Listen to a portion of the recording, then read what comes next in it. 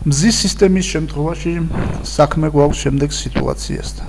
კერძოდ, კოსმოსურ სხივებთან შედარებით ძალიან მცირე რაოდენობით დაიკვირვება ლითიუმი, ბერილიუმი და ბორი. თუ რა არის ამის გამომწვევი მიზეზი, ჩვენ ქვემოთ ავხსნით ამას.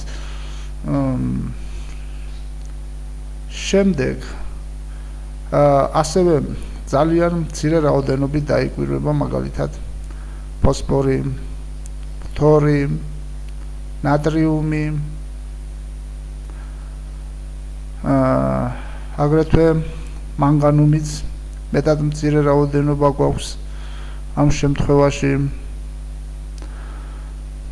ასევე ვანადიუმის ფარდობითი შემცველობაც მეტად მცირე არის. მაგრამ საპირისპირო სიტუაციასთან გვაქვს შემთხვევა ნახშირბადის, აზოტისა და ჟანგბადის შემთხვევაში, როდესაც მზის სისტემაში გაცილებით მაღალი შემცველობა დაიკვირვება ამ ქიმიური ელემენტებისა კოსმოსურ სხივებთან შედარებით. ასევე მომეტებული რაოდენობით დაიკვირვება ნეონი,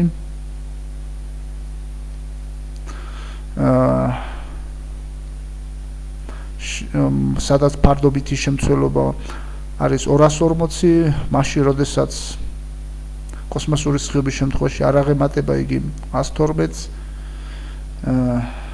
გარდა ამისა, გაცილებით დიდი რაოდენობით დაიკვირვება რკინა, მაგალითად ფარდობითი შემცველობა არის 90 მზის სისტემის შემთხვევაში, როდესაც კოსმოსურ სხივებში არ აღემატება 70-ს. ასევე ნიკელის შემთხვევაშიც შედარებით ჭარბი შემცველობა გვაქვს. რაც შეეხება ვარსკვლავთშორისეთის ლოკალურ სივრცეს. ამ შემთხვევაში ჩვენ ხედავთ, რომ რაიმე არსებით მკვეთრ განსხვავებას ადგილი არ აქვს ქიმიური ელემენტების ფარდობით შემცველობების თვალსაზრისით. და ეს განსხვავებები ბევრად მცირე არის, ვიდრე მაგალითად მზის სისტემასა და კოსმოსურ სხივებს შორის, ან ვარსკვლავთშორისეთის სივრცესა და კოსმოსურ სხივებს შორის. და ზემოთ მოყვანილი ცხრილი უკვე გრაფიკულად გვაქვს გამოსახული მოცემულ ნახაზზე, სადაც აქ ფარდობითი შემცველობები დატანილია 10 ხარისხად მე-12 წყალბადის ატომბირთვთან ფარდობაში. და აქ უწყვეტი ზედაწირი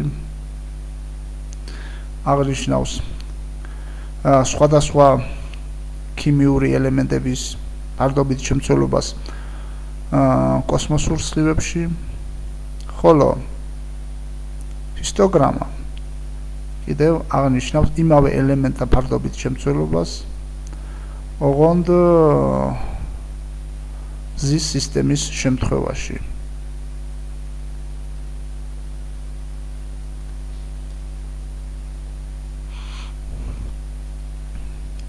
და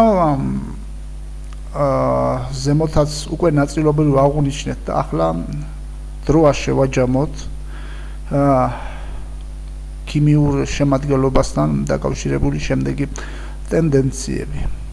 კერძოდ, როგორც მოცემული ნახაზიდან ხედავთ, წყალბადისა და ჰელიუმის ფარდობითი შემცველობა კოსმოსურ სხივებსა და მზის სისტემაში პრაქტიკულად ერთნაირია. ასევე მსგავსი არის ჟანგბადის, ნახშირბადისა და აზოტის ფარდობითი შემცველობები. შემდეგ იგივე ითქმის მაგალითად რკინის ჯგუფთან დაკავშირებით. რაიმე არსებითი განსხვავებები აქვს კოსმოსურ სხივებში არსებულსა და მზის სისტემაში დაკვირვებულ შემცველობებს შორის არ დაიკვირვება. მაგრამ გვაქვს ძალიან დიდი განსხვავებები ფარდობითი შემცველობის თვალსაზრისით ლითიუმის, ბერილიუმისა და ბორის შემთხვევაში. კოსმოსურ სხივებში მათი ფარდობითი შემცველობა, როგორც უკვე ზემოთ ავნილეთ, რამდენიმე რიგით მეტი არის მზის სისტემაში დაკვირვებულთან შედარებით. და ასევე მნიშვნელოვანი განსხვავება არის კალციუმსა და რკინას შორის არსებული ქიმიური ელემენტების შემთხვევაში. და რომ ავიღოთ მეტალების ფარდობითი შემცველობა წყალბადისა და ჰელიუმის მიმართ, მაშინ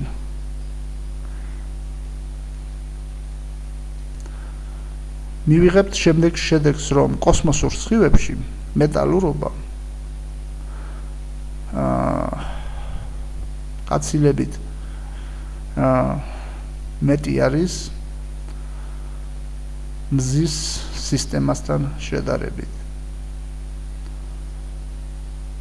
და ეს ტენდენციები რის გამო შეიძლება იყოს გამოწვეული. კერძოდ, მესამე, მეოთხე პუნქტში მოყვანილი განსხვავებები. ანუ, როდესაც კოსმოსურ სხივებში დაკვირვებული გვაქვს გარკვეულ ქიმიურ ელემენტთან მკვეთრად განსხვავებული რაოდენობა. რის გამო შეიძლება იყოს ეს გამოწვეული.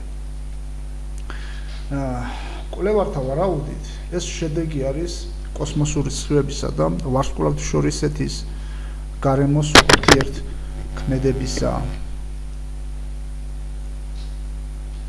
მაგალითად, ლითიუმი, ბერილიუმი და ბორი შეიძლება წარმოიქმნას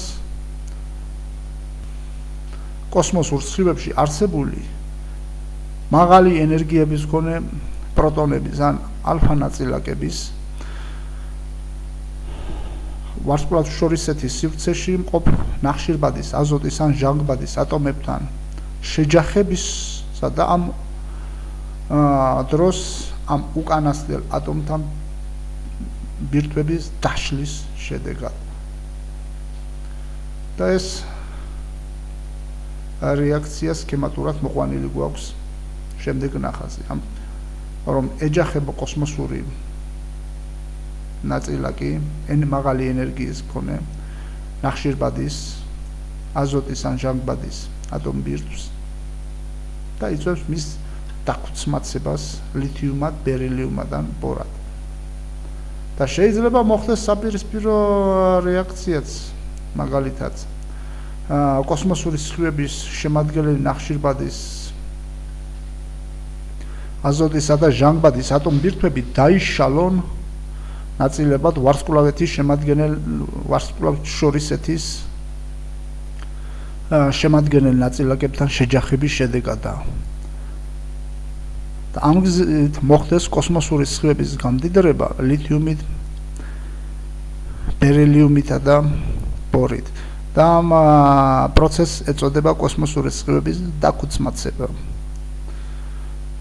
უნდა აღინიშნოს ასევე, რომ კოსმოსური სხივების დაქუცმაცებასთან დაკავშირებული უნდა იყოს ზემოთ მოყვანილ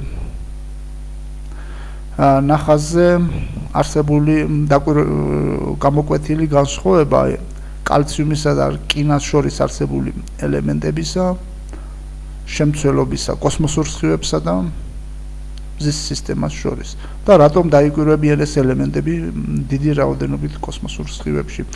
რომ ზუსტად ამ კოსმოსურ დაქუცმაცებას უნდა ჰქონდეს ადგილი და შედეგად უნდა ხდებოდეს სკანდიუმის, ვანადიუმის, ტიტანისა და მანგანუმის იონის სიჭარბე მზის მიერ შემცველობასთან შედარებით. და დაქუცმაცებას ამ დროს კვლევართა აზრით შესაძლოა განიცდიდნენ კოსმოსური სხივების შემადგენელი რკინისა და ნიკელის ატომები, რომლებიც განიცდიან დაჯახებას ვარსკვლავთშორისეთის შემადგენელ ნაწილაკებთან. ასე რომ კოსმოსურ სხივებს შეუძლიათ შეცვალონ ჩვენი galaktikis ქიმიური შემადგენლობა და როგორც უკვე აღვნიშნეთ სწორედ მათი გავრცელების გზით ჩვენს galaktikაში ხდება ნაწილობრივი გენერაცია ლითიუმის, ბერილიუმის ან ბორის ატომბირთვებისა, რომლებიც შემდეგ მიიტაცებენ, რა თქმა უნდა, თავისუფალ ელექტრონებს და ჩამოყალიბდებიან ატომებად და ასევე შეიძლება მივიღოთ უფრო მძიმე ქიმიური ელემენტებიც, როგორიც იყო სკანდიუმი, ვანადიუმი, ტიტანი და მანგანუმი. ასე რომ კოსმოსურ სხივებს შეუძლიათ შეცვალონ ჩვენი galaktikis ქიმიური შემადგენლობა.